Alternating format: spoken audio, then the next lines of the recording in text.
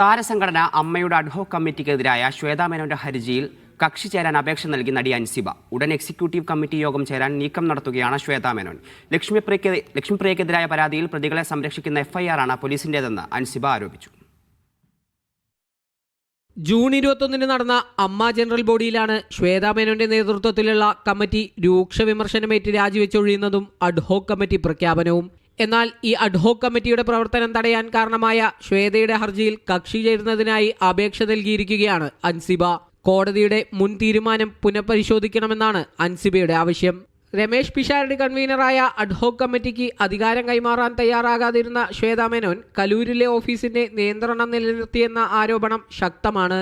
വീണ്ടും general body വിളിച്ചുകൂട്ടി കണക്ക് അവതരിപ്പിച്ച് തെരഞ്ഞെടുപ്പിലേക്ക് കടക്കാനാണ് ശ്വേതാ മേനോൻ പ്രസിഡന്റായ ഭരണസമിതിയുടെ ശ്രമം. അതേസമയം ലക്ഷ്മിപ്രിയക്കെതിരായ പരാതിയിൽ തന്റെ ആരോപണങ്ങളെ ഒഴിവാക്കിയാണ് ഹിൽ പാലസ് പോലീസിന്റെ FIR എന്നാരോപിച്ച് അൻസിബയും രംഗത്തെത്തി. ലക്ഷ്മിപ്രിയ വ്യാജ പരാതി നൽകിയെന്നതും സ്റ്റേഷൻ ഡയറിയിൽ മാപ്പ് എഴുതി വാങ്ങിയതിനു ശേഷം തന്റെ സമ്മതമില്ലാതെ തിരുത്തൽ വരുത്തിയെന്നതും FIR-ൽ ഉൾപ്പെടുത്തിയിട്ടില്ലെന്നാണ് അൻസിബയുടെ ആരോപണം. ഇതോടെ താരങ്ങളുടെ സംഘടന കൂടുതൽ നിയമക്കുരുക്കിലേക്ക് കടക്കുകയാണ്. മീഡിയ 1 കൊച്ചി.